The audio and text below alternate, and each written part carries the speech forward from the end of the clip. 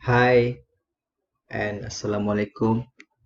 My name is Muhammad Bakir bin Allah. I would like to present about the uneven history analysis of Malaysian fertility rate using analysis econometric.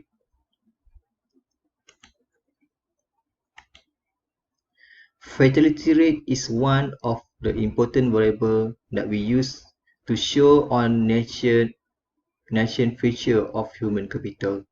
Fertility rate show an increasing trend in the most of countries in the world, but the magnitude of decreasing is different. Malaysia government has paid much attention to the role of fertility rate to achieve developed national status in 2020. As Malaysia need human capital to achieve his status. Malaysia is one of developing countries that show a decreasing trend of fertility rate, and the fertility rate in Malaysia is the below replacement the level 2.1. Replacement level is the level of fertility that which a population exactly replace itself from one generation to the next. The fertility rate in Malaysia is at an all-time low, and it is expected to dip even lower in future. Alright, according to Virtual Statistic Malaysia in 2019, the fertility rate dropped to 1.8 in 2018 compared to 4.9 babies per woman in 1970s, which means that average number of baby born per woman throughout her productive life have been insufficient to replace herself and her partner. Furthermore, Malaysia also facing population aging difficult, where there are now more people in age 60 years and older than the children younger than 5 years older. If the fertility rate continue to decline, it will have an implication on the age structure of population and decline of the labor force in the future. It seriously, as more of the population age, the burden of the elder will increase. It will cause the household size to be smaller, and the family support system will be deteriorated. Okay, look at the previous study. Fertility rate is a woman's capability number of children she has in her lifetime and which she made due past regenerative age and had a particular age in fertility rate of the period. Okay, sometimes related of the economic growth and fertility rate based on the two time period, pre-recession and recession.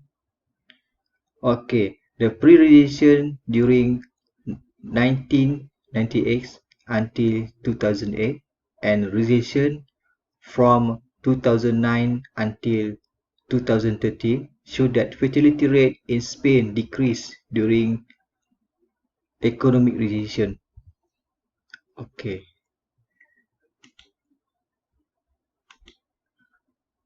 Another factor of affecting fertility rate is about the urbanization, that the process the fertility rate transition and increasing investment in child education was closely interconnected with the urbanization, and also about the unemployment problem. The link between fertility rate and unemployment has been well examined by most research studies and show that the worst economic condition will lead low fertility. And also, we have the educational attainment of parents, especially of mother, have been found to have significant negative relationship fertility. Okay, another one, we have the migration and fertility rate from the LAM and 2, addressing the call for reducing on fertility rate and due to migration and aging. Okay, we go about the methodology in this study to examine the effect of migration, education, urbanization, unemployment, and economic growth on fertility rate. This study will employ autoregressive distributed lag ARDL model. The model will regress again the 5 independent internal variables using statistical software to find out the relationship between this independent variable and fertility rate in Malaysia. Thank you.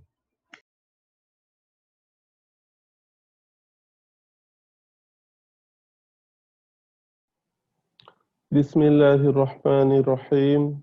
Assalamualaikum warahmatullahi ta'ala wabarakatuh. Ahlan wa sahlan, welcome to this seminar.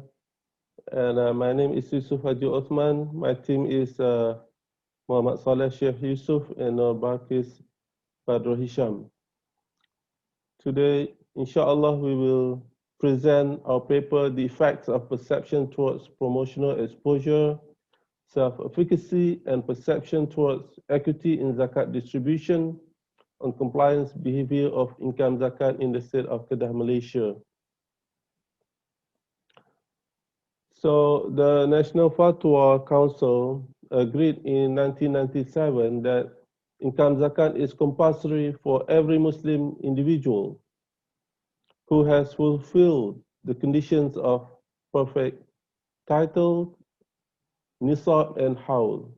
However, the issue is zakat collection in Malaysia is still low, including income zakat. And Kedah Gazette the compulsory zakat employment income on 19th of April 1986 under section 38 bracket 2 of Kedah State Kedah Islamic Law of Administration 1962 of the Government Bill number 146. However, the study by Haji Othman Yusuf et al. 2019 provides evidence that only 58% of Muslim workers paid salary income zakat in Kedah. So despite the issuance of the religious degree, many Muslims still fail to fulfill their obligation to pay income zakat to the Kedah State Zakat Board. So the question is, what are the determinants? Specifically, what are the roles of perception towards promotional exposure, self-efficacy, and perception towards equity in zakat distribution on the actual compliance behavior of income zakat in Kedah. And we attempt to examine the role of these variables, perception towards promotional exposure, self-efficacy, and perception towards equity in zakat distribution on the actual compliance of income zakat in Kedah.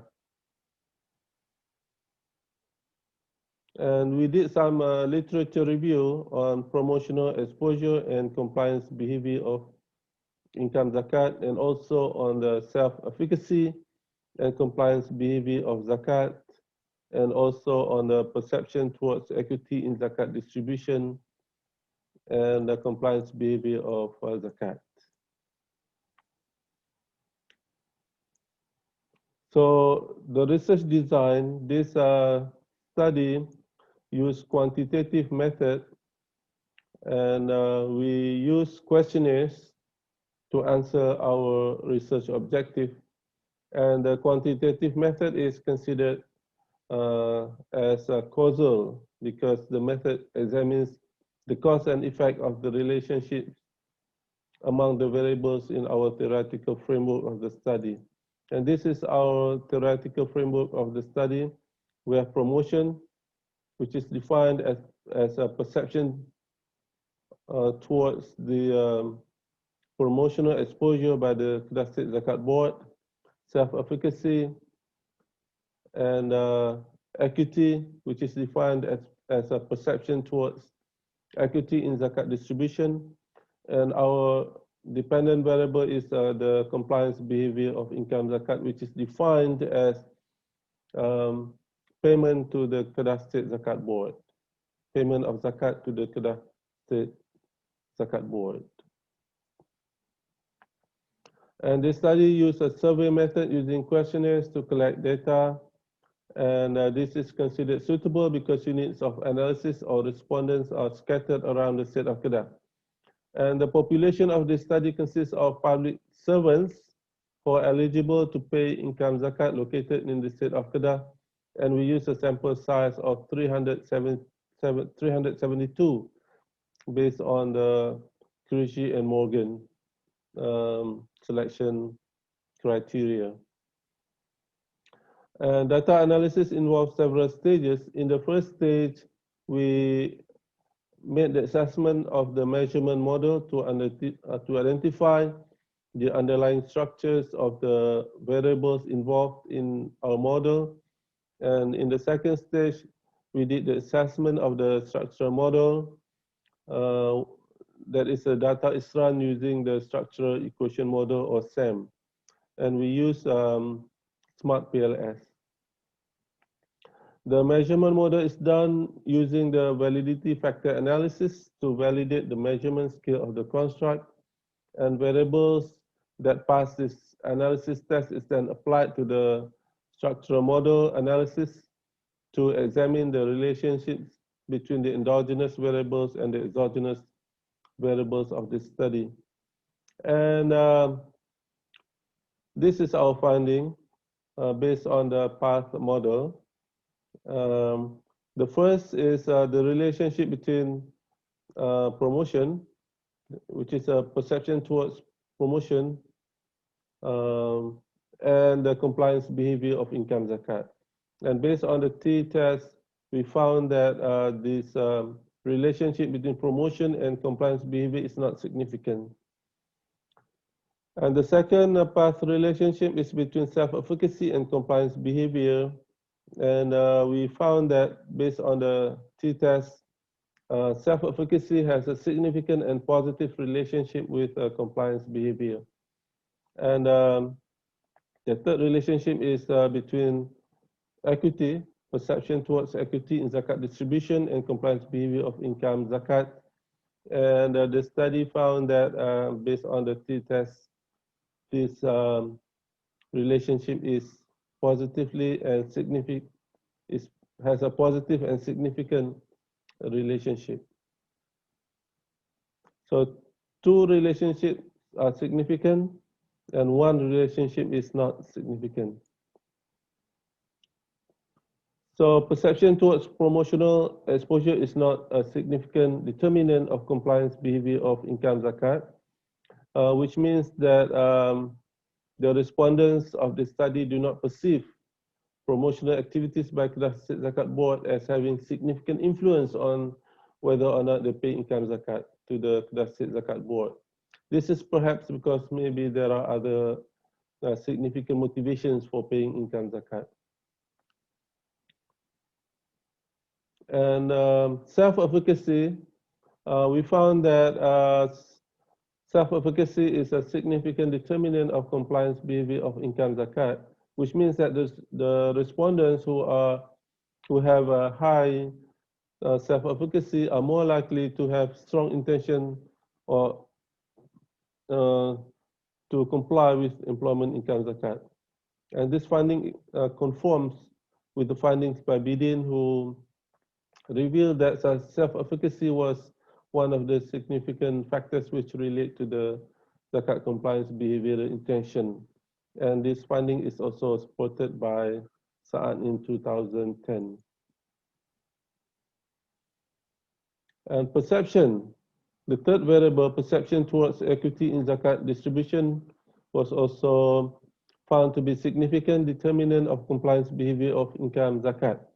This finding shows that if the Muslim public servants perceive zakat distribution as equitable, they are more likely to perform their duty of paying income zakat.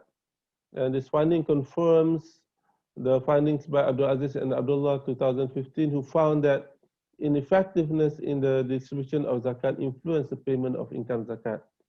And this finding supports Wahid et al. 2009, who discovered that majority of respondents in the study were not satisfied with zakat distribution and hence affected the compliance behavior of income zakat. And also this finding is in agreement with Muhammad 2008, who revealed that perception towards equity in zakat distribution positively and significantly affected the zakat payment to the zakat institution. So in conclusion, zakat is a religious obligation which must be complied by all eligible Muslims, but also zakat plays a very important role in Islamic fiscal system. Specifically, zakat can play as a major source of income and could be used as an instrument to finance certain programs to achieve social, political, and economic development among Muslim communities. However, the issue which arises is that zakat collection is still low, including income zakat, which hinders the effectiveness of zakat in playing a more significant role in the state of Kedah. So zakat collection currently is not enough to go around in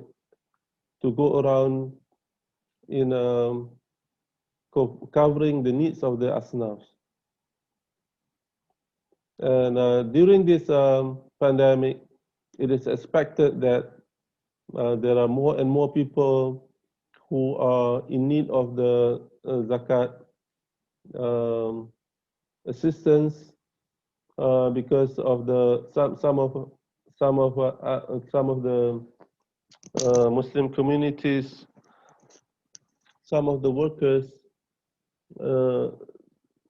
have lost their job, and some of them have to take a reduced salary. So some of the people who used to be in top 20 now fall to M40, and some of those in the M40 category fall to B40. So there is a more need for assistance. And in the future, we expect that zakat could play a more significant role in helping those to alleviate those who are affected by this COVID-19 pandemic. So we tried to examine the three factors: the role of perception towards promotional exposure, self-efficacy, and perception towards equity in zakat distribution on the compliance behavior of income zakat. And we provide evidence that perception towards promotional exposure is not a significant determinant of compliance behavior of income zakat in Kedah. And we found that self-efficacy and perception towards equity in zakat distribution have significant relationships with the compliance behavior of income zakat. So what it means is that, number one, Muslims eligible to pay income zakat will pay zakat if they feel like by paying income zakat they could survive. Conversely, they are less likely to pay income zakat to the Kedah State Zakat Board if they feel like by paying income zakat they become poorer and they cannot survive. So this finding shows that there should be a paradigm shift. Zakat will not make us poor. Zakat means growth. So zakat means barakah. Zakat means purifies the income.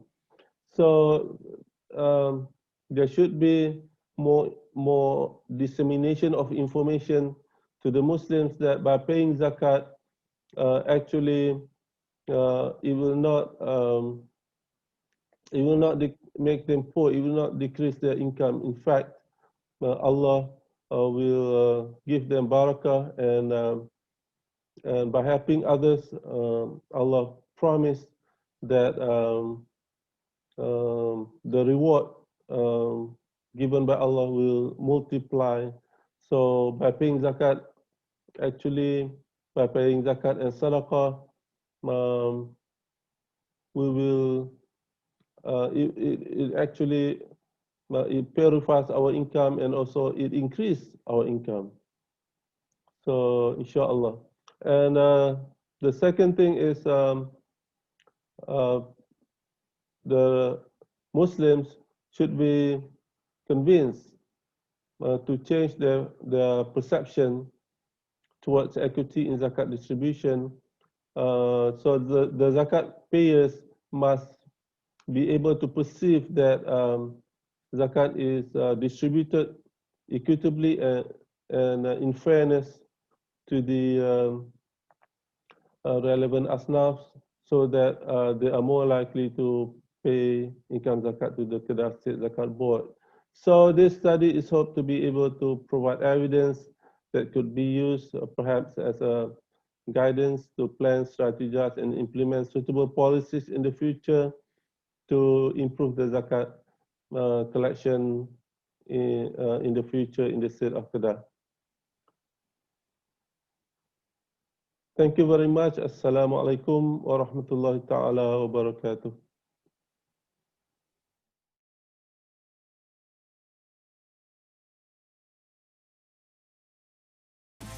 Assalamualaikum warahmatullahi wabarakatuh. I am Syahdatun Nada binti Muhammad from Kulliyyah Muamalat and Management Science UniSHAMS, and I would like to present about a study on the factor influence student intention to be an entrepreneur. This is one of the conceptual papers. So I would like to proceed with content for papers. So I will present about first introduction, second literature review, and the third is conclusions. For introduction, the rules of entrepreneurship has been considered able to give contribution and act as an engine. The rule of entrepreneurship has been considered able to give a contribution and act as an engine driving to economic growth. Due to limited employment opportunities, entrepreneurship able to avoid graduates being unemployed or to expect employment in the company. That is why various studies have sought to identify the significant factors that influence individuals' intention to establish a business. Currently, the government has worked hard to develop strategies to stop increasing youth unemployment and create more jobs by instilling youth entrepreneurship and creating a positive environment for starting a business in this low growth of economic period. Even though being an entrepreneur seems to be interesting because the nature of the operation is depend on the owner, but it's still not a simple design and act because it will measure failure or success. It is also a behavior that results from an attitude that reflects an individual motivation and ability to identify opportunities and pursue them to generate new values or economic success. Therefore, in this study, the researcher will review the previous study conducted by the other researchers to provide enlightenment on the factor that were identified as affecting the student's intention to be an entrepreneur.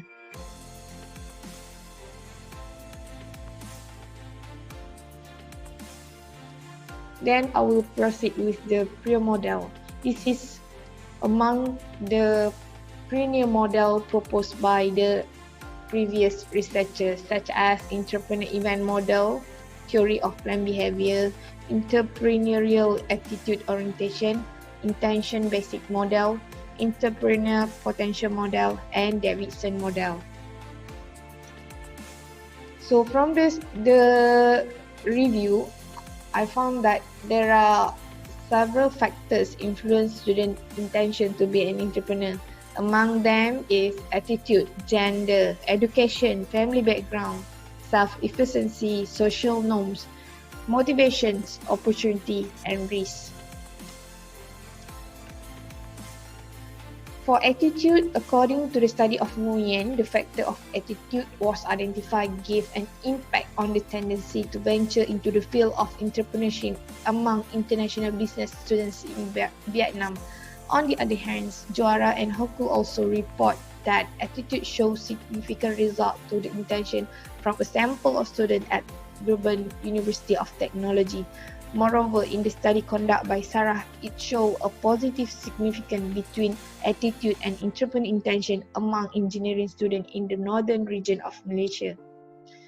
For the factor of gender, the finding in the study conducted by Yildirim revealed that gender caused a significant difference in the entrepreneur intention among the students from business administration and management engineering departments in two major public universities in Turkey. In the study of Loy and Co-Lattimore, also revealed that gender show a significant result in student entrepreneurial intention, where the sample of the study collected among final year undergraduate students from the School of Business and the School of Hospitality Management in Malaysia.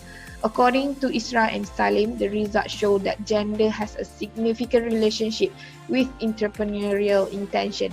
Besides that, the finding from the study of Costa and Mares among students from the College of Business Administration, Polytechnic Institute of Setúbal, Portugal, also presented that gender are significantly correlated to the entrepreneurial intention.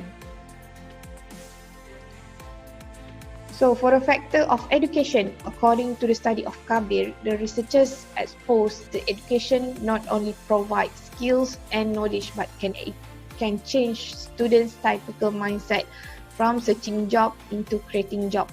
As referred to the study of Samuel, the finding report that entrepreneur education is essential to enhance the skill and knowledge because it helps to prepare the graduate with the value of being creative, innovative and risk taker to develop a candidate of a successful entrepreneur. Finding from the study of Yildirim stated that university education caused a significant impact on the student intention. In the study of Isra and Salim, also mentioned that entrepreneur education considered as a backbone to come up with students develop innovative business ideas, whereas the result from their study presented that the significant effect between education and intention among university students in Italy. In another study mentioned, entrepreneur education has a positive impact on the intention based on the sample of international students from many countries. So, for the factor of family background, according to the data generated in the Global University Entrepreneurial Spirit Student Survey, the result revealed that family members give significant impact to the students' career intention. Thus, no wonder family background becomes one of the factors by showing a significant impact on the entrepreneur intention among students in a specific study. The spirit to be entrepreneur most students since they were young, as they already have seen their family member run the business and having the opportunity to engage in entrepreneurial activities. Consequently, from the family background, the students able to learn the value, skill and experience directly to develop an entrepreneurial career in the future. For the factor of self-efficiency considered as important factor in certain studies. Based on the research conducted by Chang, the result indicate entrepreneur intention among IT students determined directly by self-efficiency.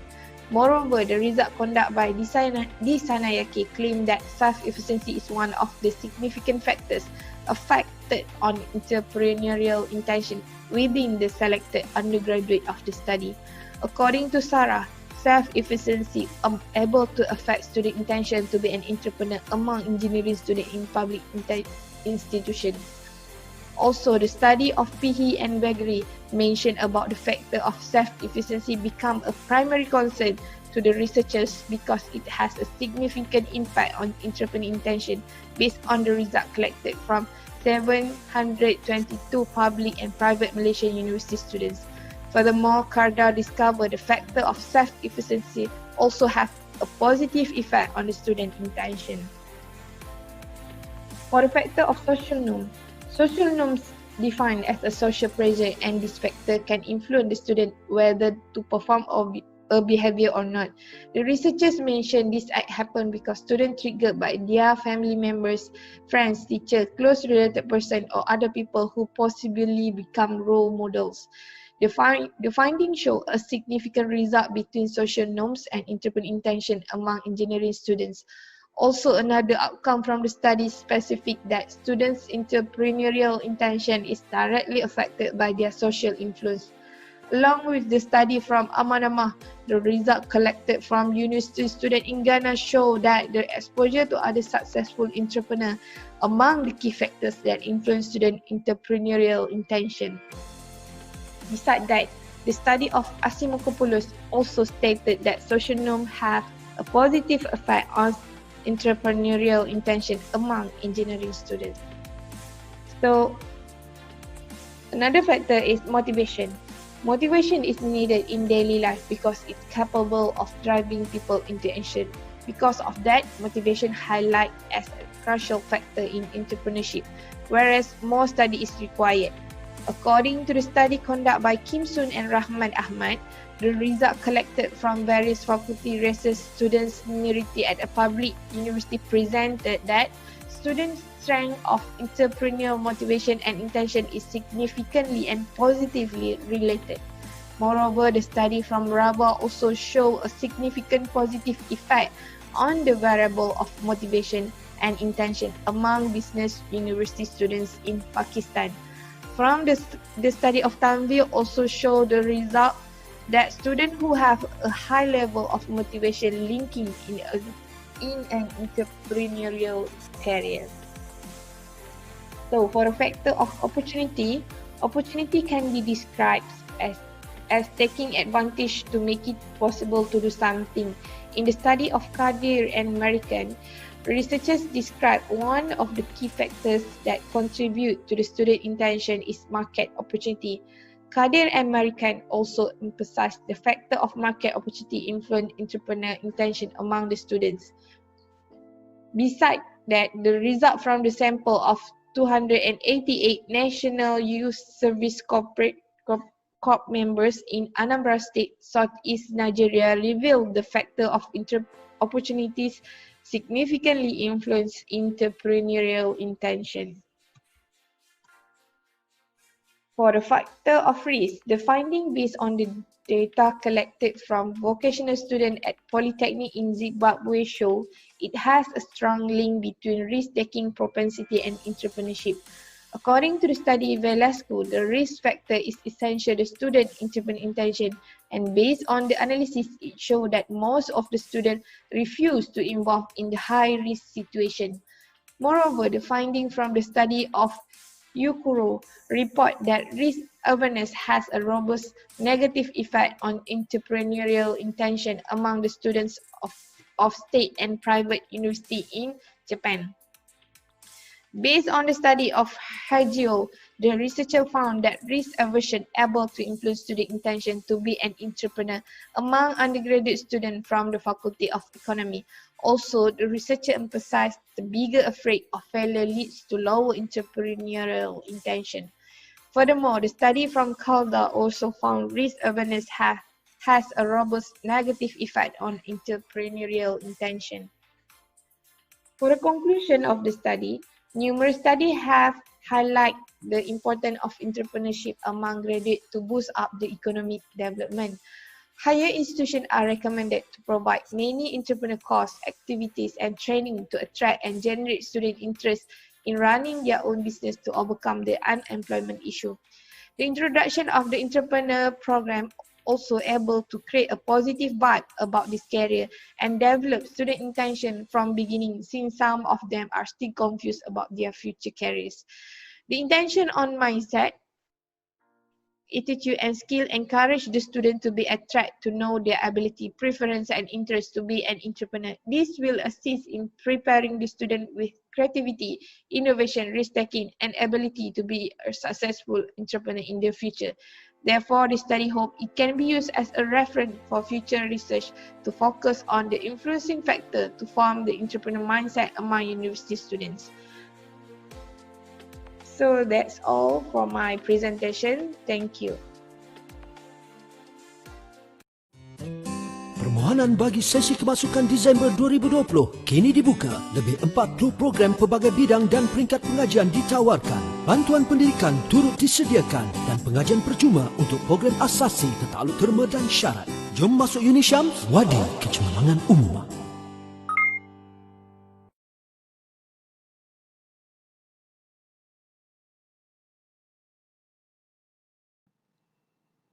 Bismillahirrahmanirrahim.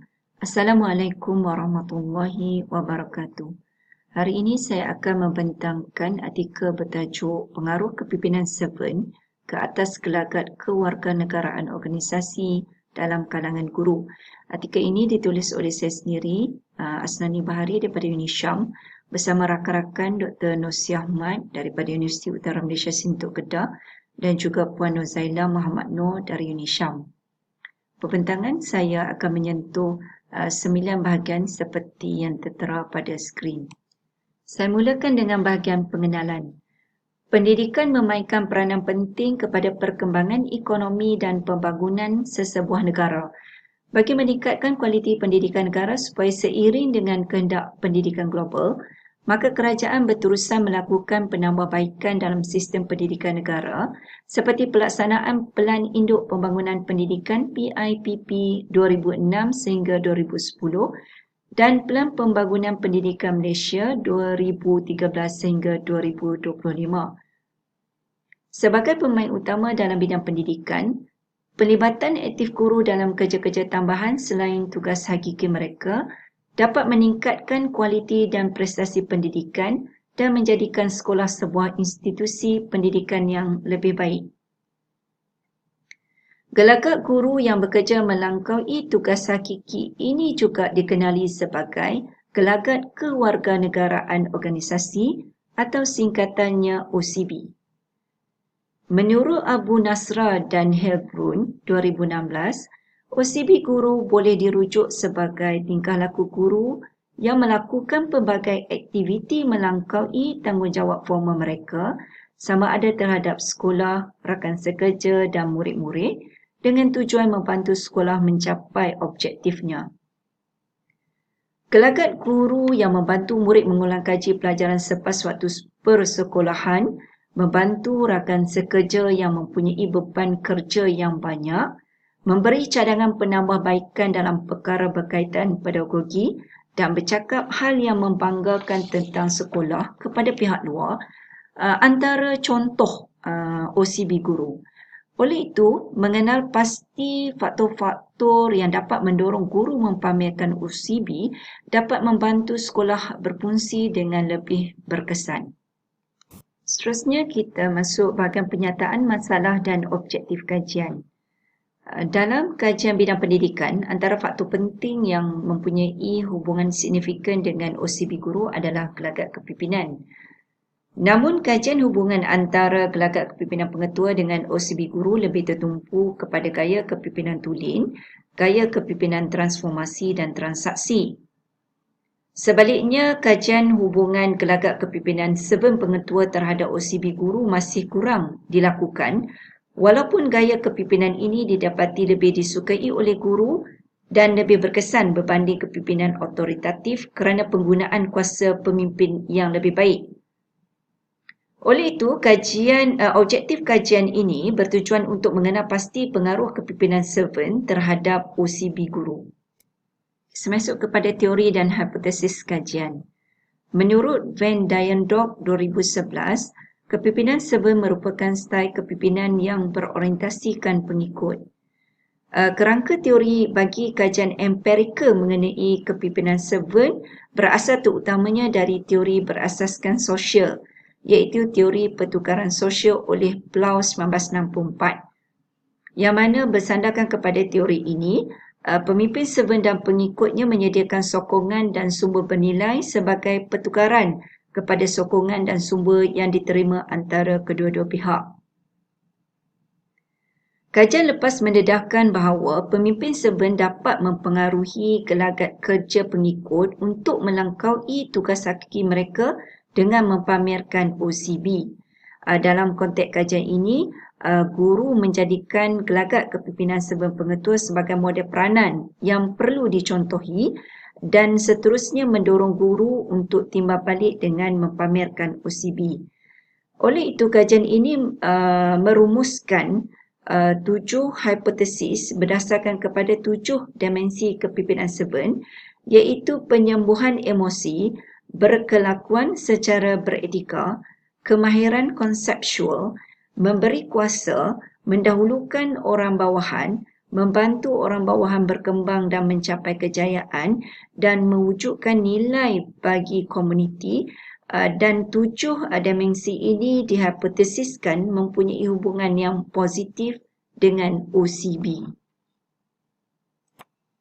Berkaitan metodologi kajian, kajian ini menggunakan pendekatan kuantitatif dan populasi kajian daripada guru sekolah menengah kerajaan di 4 buah negeri termasuk Perlis, Kedah, Pulau Pinang dan Perak. Jumlah populasi kajian ialah 43,982 orang. Reka bentuk persempelan pula melibatkan 2 peringkat. Peringkat yang pertama, pemilihan sekolah menggunakan persempelan rawat muda, dan peringkat yang kedua ialah pemilihan responden dengan menggunakan persempelan bertujuan. Instrumen kajian menggunakan instrumen kajian lepas. Bagi konstruk OCB diukur dengan 14 item, manakala konstruk kepimpinan serban dengan 7 dimensi menggunakan 28 item. Pengumpulan data dibuat secara pos, sebanyak 610 soal selidik telah diedarkan kepada responden. Sebanyak 546 berjaya dikutip dan hanya 466 sahaja yang digunakan untuk tujuan analisis. Dan analisis data dibuat secara statistik deskriptif menggunakan perisian SPSS dan bagi statistik inferensi menggunakan perisian SMART PLS. Kita terus kepada penilaian model pengukuran reflektif. Daripada jadual yang dipaparkan, menunjukkan kesemua konstruk telah mencapai kebolehpercayaan ketekalan dalaman apabila nilai combat alpha dan juga kebolehpercayaan kompozit melebihi daripada paras minimum 0.7. Begitu juga dengan kesahan convergent boleh dilihat pada nilai AVE. Kesemua konstruk menunjukkan nilai AVE yang melebihi 0.5. Kesahan diskriminan pula diukur menggunakan kriteria Von-Lacke dan juga nisbah heterotrait dan monotrait HTMT, dan didapati kesemua konstruk telah memenuhi syarat kesahan diskriminan. Ujian collinearity konstruk juga dilakukan. Dan daripada jadual yang ditunjukkan, didapati kesemua dimensi kepimpinan serban mempunyai nilai variant inflection factor VIF kurang daripada 5. Ini bermakna tidak wujud isu collinearity antara konstruk dalam model struktur. Sementara model penilaian struktur pula menunjukkan nilai R2 0.205. Ini bermakna gabungan 7 dimensi kepimpinan serban hanya dapat menjelaskan jumlah variance OCB sebanyak 20.5% sahaja. Seterusnya kita lihat kepada penilaian kesignifikanan hubungan dalam model hipotesis. Daripada jadual yang dipaparkan, didapati hanya 2 daripada 7 hubungan yang diuji menunjukkan kesan positif yang signifikan terhadap OCB, iaitu dimensi berkelakuan secara beretika dan dimensi membantu orang bawahan berkembang dan mencapai kejayaan. Oleh itu, hanya hipotesis H1B dan H1F sahaja yang diterima. Dapatan kajian ini juga menunjukkan bahawa dimensi membantu orang bawahan berkembang dan mencapai kejayaan merupakan peramal OCB guru yang paling penting. apabila nilai perkali laluannya iaitu beta mempunyai nilai 0.355 yang lebih tinggi berbanding dengan nilai perkali laluan dimensi berkelakuan secara beretika. Sebagai kesimpulan, dapatan kajian ini menunjukkan bahawa hanya dua dimensi kepimpinan serba pengetua yang mempengaruhi OCB guru secara langsung, iaitu membantu orang bawahan berkembang dan mencapai kejayaan dan berkelakuan secara beretika. Hanya sekadar itu yang saya dapat kongsikan bersama anda semua. Sekian. Assalamualaikum warahmatullahi wabarakatuh.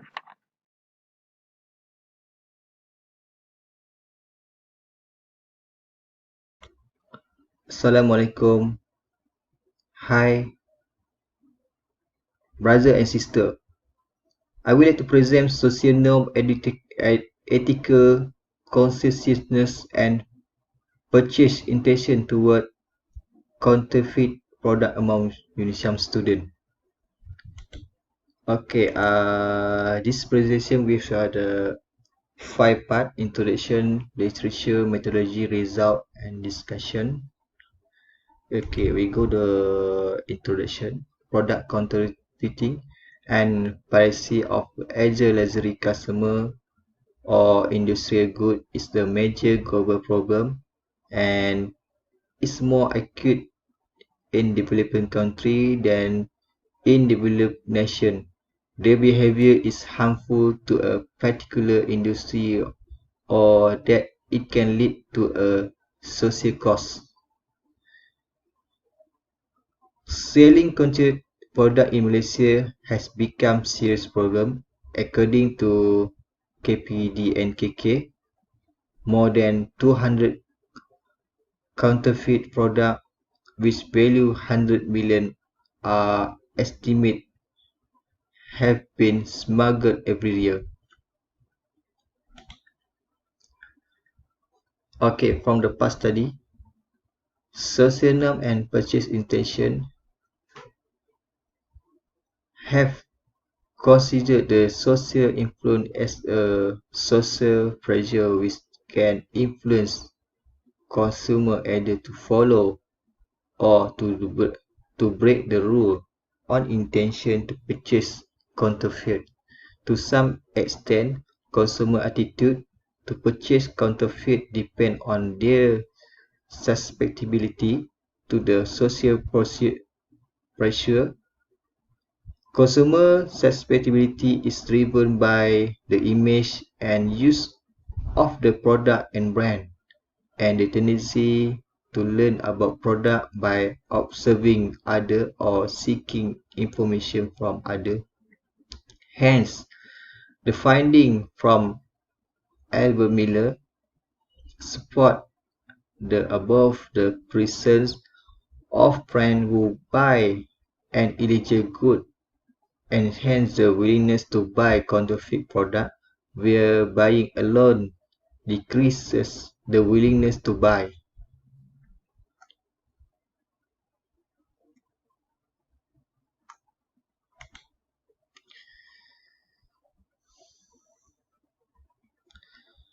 Okay, we go to the ethical consciousness and purchase intention.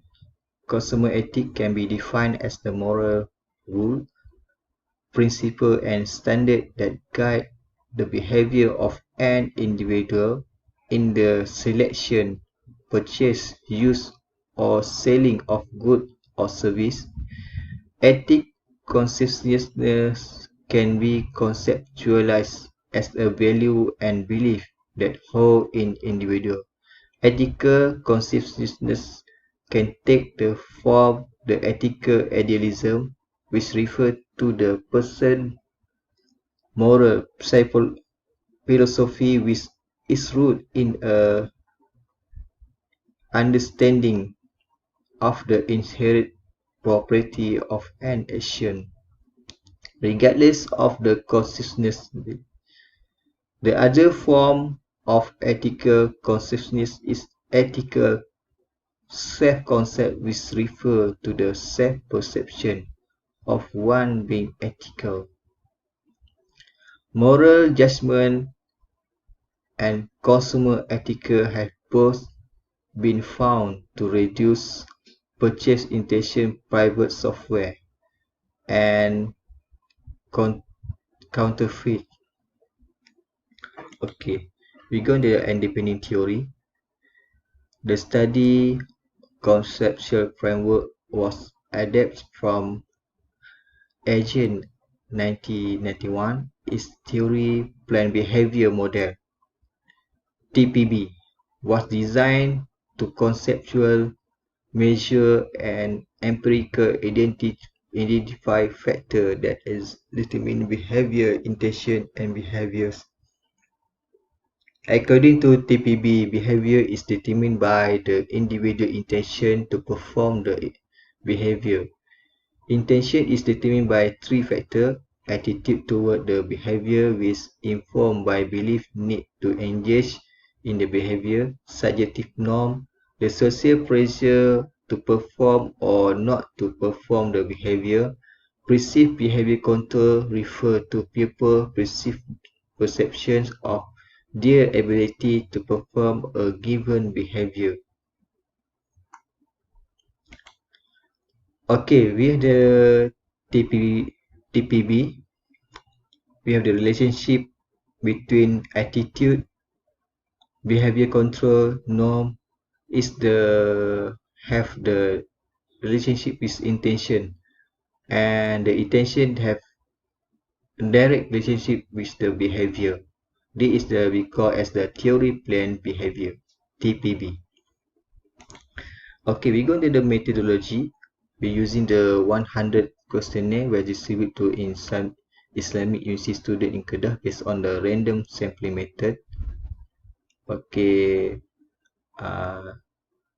92 questionnaire were written and 86 was we used using the SPSS, and we have the habitus model, Socionum, and ethical consciousness is the independent variable, and purchase intention is the dependent variable.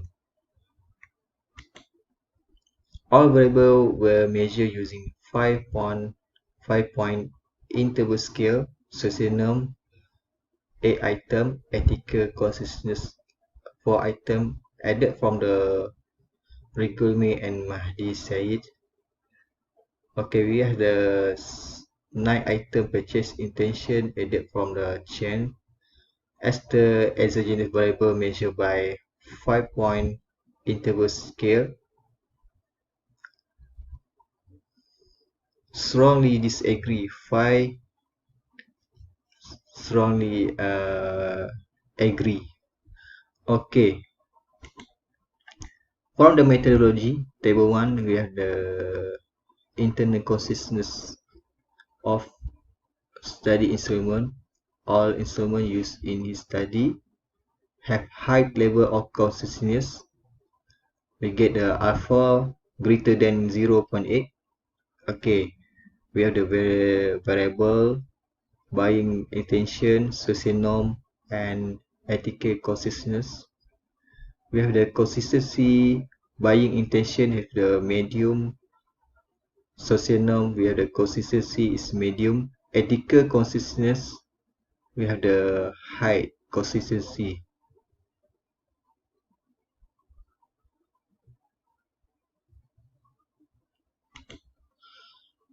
The collected data is analyzed using patch analysis, estimate the causalities relationship between variable previously determined based on the theory path analysis. In this test, conduct to determine the effect social norm, ethical consciousness, and purchase intention.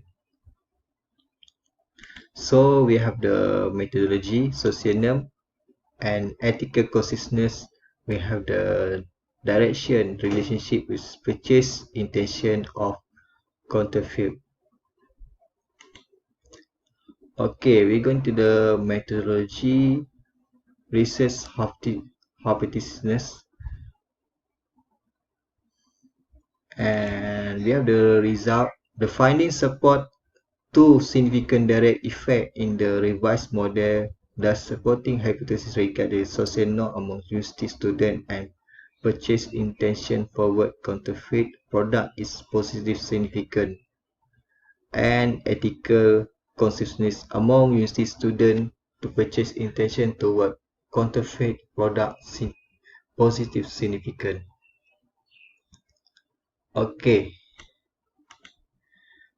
This study was established one direct causal effect social norm and ethical consciousness is significantly influencing purchase intention. The effect of social norm and ethical consciousness on purchase intention university student was concurred with past study.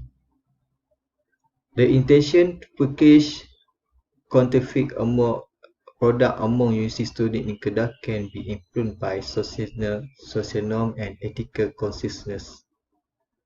Okay, we're going to the limitation. One major limitation of this study need to be point out the questionnaire self-report. Individuals are likely to portray themselves as more than they are really are. This is not a major problem of the study as the focus on the relative and not absolute scores. A further study should address the issue of any discrepancies between self-report purchase intention and observed awareness behavior among them. Okay, the implication counterparts product are an important global issue because counterfeit and private products are not only a threat of the global economy as well as social and cultural welfare. Increasing counterfeit products in the international trade market have led to a different problem around the world. Even the awareness of all issues related to using unauthorized goods. The number of consumers of counterfeit products is rising around the world. It is expected that this study will help the original marketer to the better understanding of the consumer need and want, which will eventually help them to better strategize their market effort. Okay, thank you for everyone.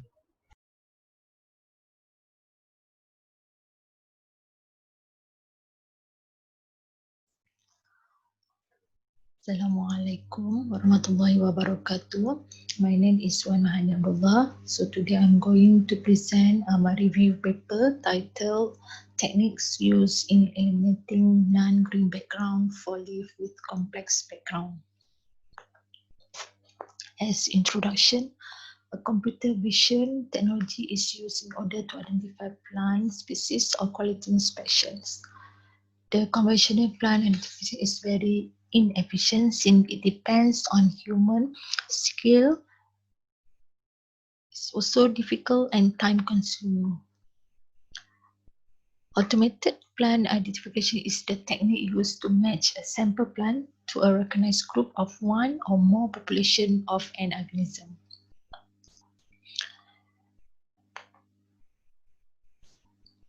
Since most types of plants have unique leaves which are different from each other based on a number of characteristics, hence to identify the plant species, leaf recognition is the best and easiest way compared to other criteria.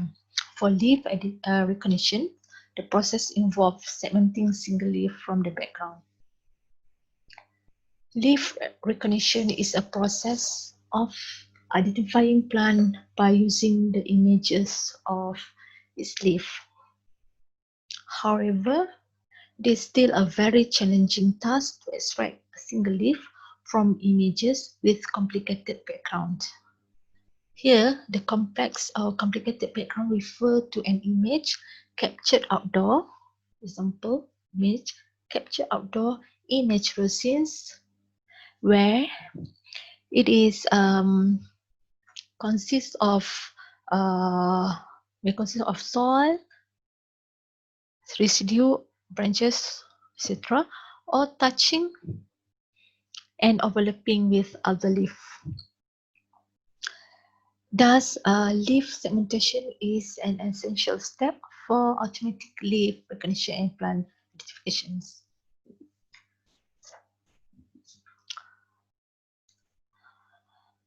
Here, it seems that capabilities of computer vision system are usually very different from our human intelligence. I refer to the picture here. This picture taken from the Instagram. We as human can recognize that the woman is handling a handbag in rectangular here, the handbag. But using computer vision system, the computer need to have several process and steps in order to recognize or to detect that that is handbag. So it is similar to plant identification. A few steps need to be proceed so that computer could before computer could identify the plant. In reality, the brightness and contrast of outdoor capture image are extremely affected by uncontrolled illumination conditions. Furthermore, the background of the plant image captured in outdoor environment is more complex than that of in greenhouse. Therefore, a more robust and practical method for greenhouse is highly needed. So these are few examples of original images captured in natural scenes, so to ease the process of leaf identification in future. So the image which are not green are eliminated. So we eliminate all the non-green background. This is called greenhouse identification. This is called greenhouse identifications. So we have various methods used by the researchers in order to eliminate non-green background. So the objective of this review paper is to review various methods or techniques proposed by researchers in order to eliminate non-green background for leaf segmentation in complex background. So these are various techniques used by a few researchers for eliminating non-green background. In 2009, Xiaodong Tang used access screen minus access squared access rate to eliminate leaf from non-green background. They also applied thresholding to decrease non-green background. So this method is result are reflected when facing with low contrast and blur edges. Natera and Anatras Sirichai apply access screen minus access squared to extract leaf from complex background, where they differentiate two groups which are green and background using also thresholding. This method still needs some area. This occurs because of reflection, shadow, and disease of the leaf, and this method also need leaf refinement step. Okay, in 2009, Liang Zheng used both color space, which are RGB and HSV, in order to identify the green object from the background. This method not suitable for real time because it takes long time to run. In 2013, Tunisia used Mahalanobis distance to remove the background of the leaf image in RGB color space. This method only apply for greenhouse conditions, where they need additional refinement step to improve the performance, especially for complex background. In the same years, Lin Kayan proposed fuzzy scenes to remove the background of leaf image in RGB color space. This method reduced the computational time, but there's no explanation about the segmentation quality. In 2015, S. Murthy proposed Bayesian model to segment the green vegetation in real field. They use both color space, which are RGB and HSV. This method performs poor significant in cloudy day, even though it reduces processing time and memory usage. And the last one, in the same year, Wen Zuyang proposed technique called HSV decision tree in order to identify the greenness. This method successfully extract the crop images from background in various environmental conditions, but inaccurately identify green plants when the light is too dim or too bright. Therefore, as a conclusion, in reality, the brightness and contrast of outdoor captured image are extremely affected by uncontrolled illumination conditions. Furthermore, the background of the plant image captured in outdoor environment is more complex than that of in greenhouse. Hence, it is difficult to completely separate the vegetation from the background under naturally changing outdoor lighting conditions, since all these methods are threshold-based. Many researchers use RGB and HSV color space in order to extract greenness from background. Even though there are many methods explained here are useful for eliminate non-green background, but they still have some limitation. Therefore, a more robust and practical method for greenness identification in uneven illumination is highly needed. That's all. Thank you.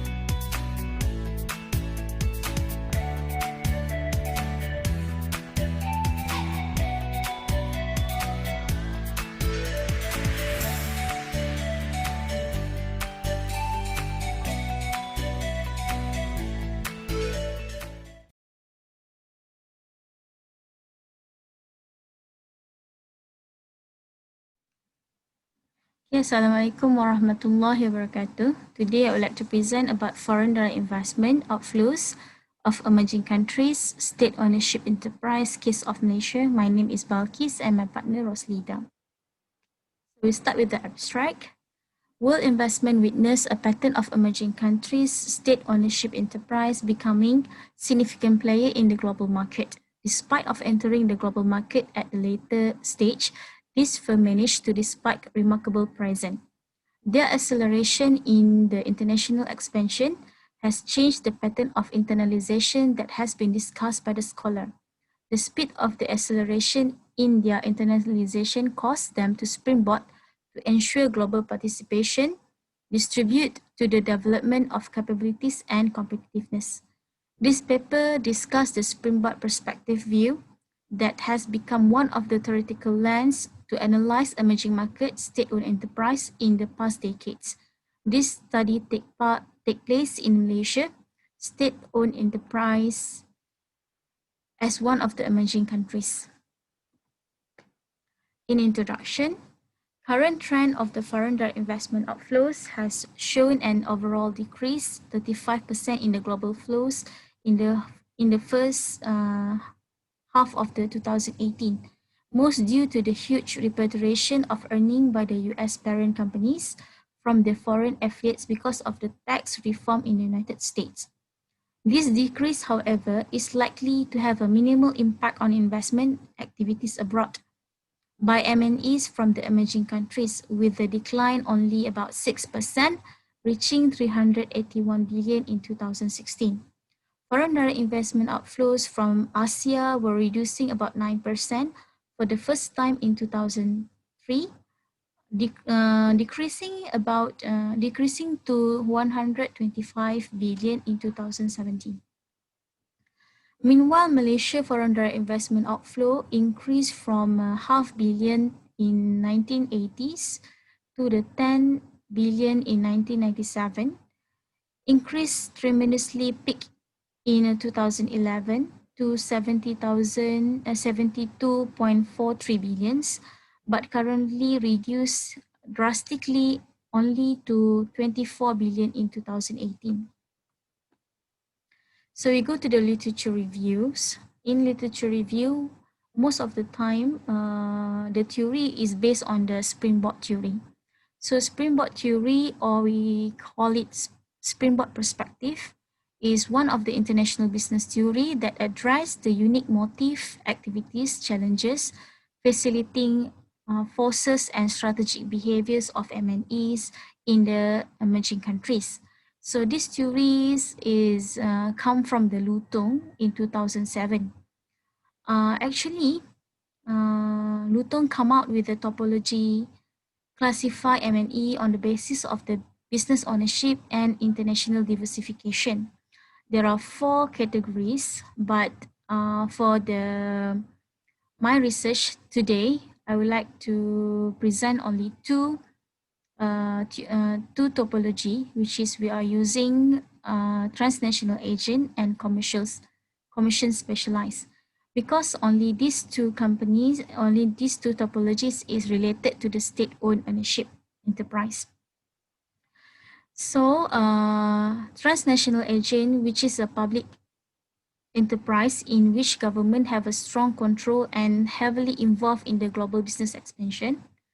And another one is a commission specialist, a public firm that are specialized and focus on few selected foreign market to leverage their competitiveness and fulfill government aspiration. For springboard motive and drivers, most of the time for MNEs in emerging countries, they're looking for asset seeking. Another one is opportunity seeking. So asset seeking include the technology, R&D, know-how, expertise, human capabilities, distribution channel, natural resources, and managerial expertise. For opportunity seeking, they have a niche opportunities. A lot of the help from the government, bypassing trade barriers and seizing opportunities in other developing countries to leverage their cost effectiveness manufacturing capabilities reasons. For springboard behaviors and challenges in the emerging countries, so we are looking for what kind of behaviors in emerging countries that are driven by several factors, such as home government support for going global, willingness of the global player to share or sell strategic resources, corporate entrepreneurship, and strong motivation to enter the foreign markets, increasing competitiveness pressure from the global rivals, quick change in the technology and market landscape, entrepreneurial leadership, and because of they going to go to the borderless world economic. So another one is a springboard risks and challenges. What kind of the risks and challenges they are facing by the MNEs is usually such as rapid changes in technologies, dynamic and turbulent environments, identifying knowledge, and shorten product life cycle, changes in information and communication technologies, and because of the advanced economics that compatible strategic pursuit. And also another one is difficult in obtaining critical asset from other advanced economic. So my methodology that I've been used is a qualitative design. I've been selected only 4 companies out of 626 companies from the Bursa Saham listed companies.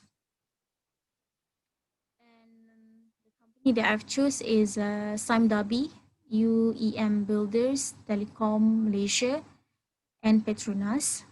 And data analysis follow qualitative method of analysis where there are classifies and filtered according to the groups for the common factors such as motive, activities, and drivers. So my finding and discussion. So for transnational agent, I choose 2 companies, which is UEM Builders and Simdabi. And for commission specialist is Petronas and Telecom Malaysia. So This is based on the topology from the Lutong. Okay, and transnational agent, both of them, UMW and SAMDABI, are the two Malaysian transnational agent, which is both public companies that have been a wide business development around the world under the solid impact of the local government. They are called GLC, and most of them, they are powerful control of the government in the investment. Their choice making, especially relating to the worldwide expansions, are viewed as significant supporting the financial advancement in the countries. Another one is Commission Specialized, which is on that company that I've choose, Petronas and Telekom Malaysia. Commission specialists, there are government-owned companies that invest in a few selected international market to leverage their competitiveness and satisfy the home government aspiration. So this is the results. Motive for the Malaysia state-owned enterprise international expansion. So if you can see here, I already classified them into unique activities, behaviors, unique challenges, and unique drivers. So for UMW builders, unique activities is fulfill the government strategic plan, increasing market growth, grabbing opportunities in the foreign countries, utilizing preferential treatments by the home and government. Their unique challenges is operation constraint and market constraint, while their drivers are market efficiency seeking and asset and opportunity seeking. So for SAMDABI, their unique activities and behavior, enhancing market share and growth, improving manufacturing technologies, improving cost competitiveness, fulfill the government strategic plan, undertaking wholly owned ventures, and their challenges is because of the high delay and high environment costs, ASEAN financial crisis, and China partner having financial problems. They are looking for all types of drivers, which is natural resource seeking, market seeking, efficiency seeking, asset seeking, and also opportunity seeking. For Commission Specialized Petronas, their unique activities focus on developing countries for the national resources. So Petronas, most of the time, they are looking for natural resources, building strong brand name, exploiting competitive advantage in less developing countries, utilizing government support for the foreign market, supporting home government plan for the economic development. The challenges is numerous competitors, social, economic, and the political regulation. Another one is lack of the technology innovation. They are looking for all the drivers, unique drivers, they are looking for all the kind of resources.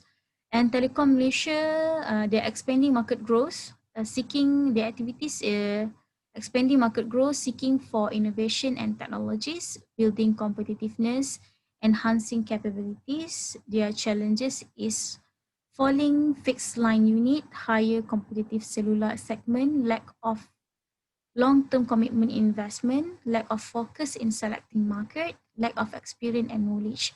And their unique drivers only three. They are focusing more on the market seeking, efficiency seeking, and opportunity seeking.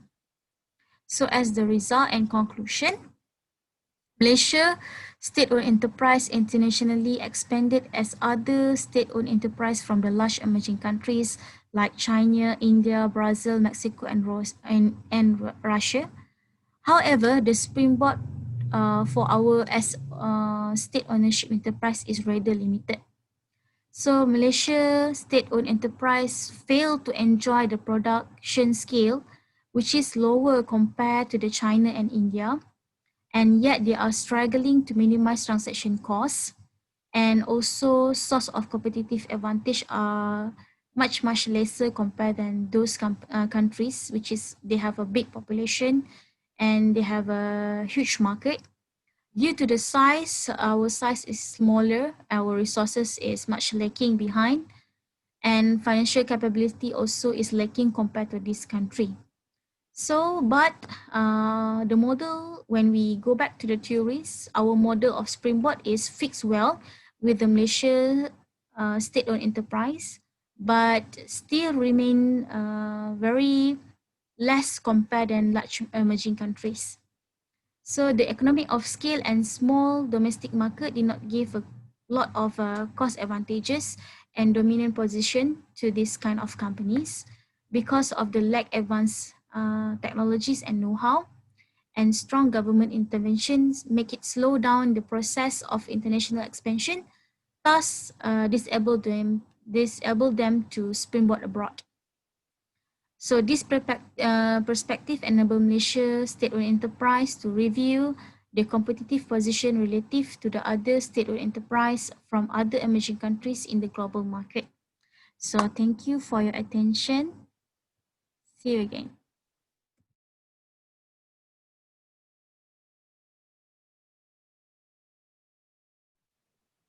Assalamualaikum warahmatullahi ta'ala wabarakatuh.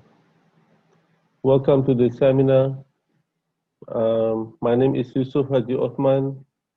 My team includes Muhammad Baqir Abdullah, Muhammad Farid Abdul Latif, Muhammad Nasir Ahmad, and Rizal Hasnan. And we would like to present the topic entitled Reviving the Economy with Islamic Social Finance.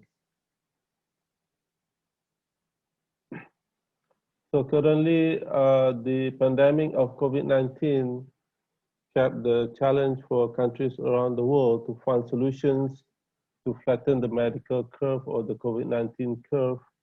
And this is, so we have to go through the disruption, the new norms. Disruption means it's disturbance or problems which interrupt the event, activity, or process. So we have, during this pandemic crisis, we have to do things we have to have the non-linear thinking, that is to think that there are many solutions to the problems. So we have, some countries have implemented solutions like lockdown and partial lockdown, which have shown that the moves have been successful, although in different degrees among countries, to flatten the medical curve. But in the long run, the bigger question is, the expected economic recession, which is expected to occur during and after the pandemic. So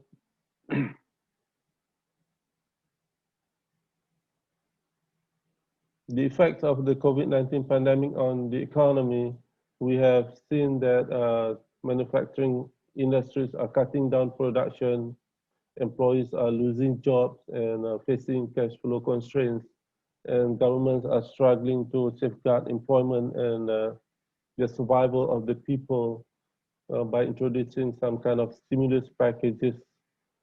So the government have to introduce stimulus packages to channel funds to the people so that they have money to spend, even if some of them are unemployed. Some of them are having hard time to survive. So what is Islamic social finance? Islamic social finance includes sectors such as zakat, sadaqah, and waqaf. And it also includes social investments through sukuk, crowdfunding, and non-profit microfinance organizations. And the role of Islamic social finance is to help support job and income security for those who have been affected by the crisis, and bolster the economy. And actually, it could be used as a powerful economic and social stabilizers. So let's talk about the role of zakat. Zakat plays an important role on promoting a more equitable distribution of wealth, while also creating a sense of solidarity and brotherhood among Muslims. And the role of zakat becomes increasingly important and crucial during these crucial times. And zakat institutions exist to provide social welfare and build social capital in civil society using the zakat fund. And zakat institutions should optimize the zakat fund to help those affected by the pandemic crisis. And there are two issues. One is the low compliance of zakat, and in terms of zakat management, there is absence of standards in zakat administration, which leads to different approaches when collecting and distributing zakat throughout the world. And the role of sukuk. Sukuk is a good way to assess large-scale financing by structuring instruments that promote social good through risk sharing. Sukuk grant partial ownerships. Investors have the right to receive profits, meaning that selling sukuk is selling benefits of the ownership. So we would recommend to combine sukuk with other Islamic finance instruments. So this is an example of combining sukuk with other Islamic with other Islamic finance instruments. Sukuk ritakaful, insurance. Sukuk ritakaful is some kind of insurance securitization. And waqaf sukuk is also interesting. There have been some kind of waqaf sukuk introduced, such as cash waqaf linked sukuk, CWLS. This is a social investment where cash waqaf is invested in sukuk. And murabaha sukuk. So murabaha is a contract of sale at an agreed cost plus profit. So murabaha sukuk include the disclosure of the original cost and markup price. And also crowdfunding, we see that crowdfunding is also another way to revive the economy. Crowdfunding is a method of raising capital through collective efforts of friends, family, customers, and individual investors. There are many types of crowdfunding, and here, because of the time constraint, we discussed three types: donation-based crowdfunding, and in this type of crowdfunding, there is no financial return to contributors, as it is donation-based crowdfunding. Rewards-based crowdfunding involves individuals contributing to the project in exchange for a monetary reward. And equity-based crowdfunding allows contributors to become part owners of the capital by trading capital for equity shares. And the role of waqaf, we we perceive that waqaf could play an important role during this pandemic crisis. And cash waqaf is one of the alternatives to eliminate poverty. In Malaysia, cash waqaf has been flourishing, and it has a great potential to boost the country's economy and develop the community. Cash waqaf could play a big role in the economy. In Malaysia, cash waqaf is one of the alternative instruments that can improve the social welfare and reduce the poverty rate, and at the same time, it could lessen the burden of government to implement certain projects, especially those that are connected with the Muslim community.